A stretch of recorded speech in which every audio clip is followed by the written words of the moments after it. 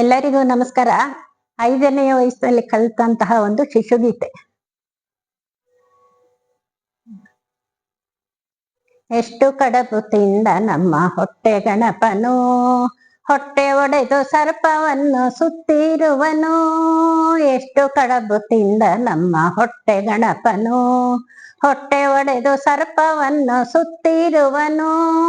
ಚೌತಿ ಗಣಪನನ್ನು ನೋಡಿ ನಗಲು ಚಂದ್ರನು, ಏತಕೀತ ನಕ್ಕನೆಂದು ಕಾತುರನಾದನು.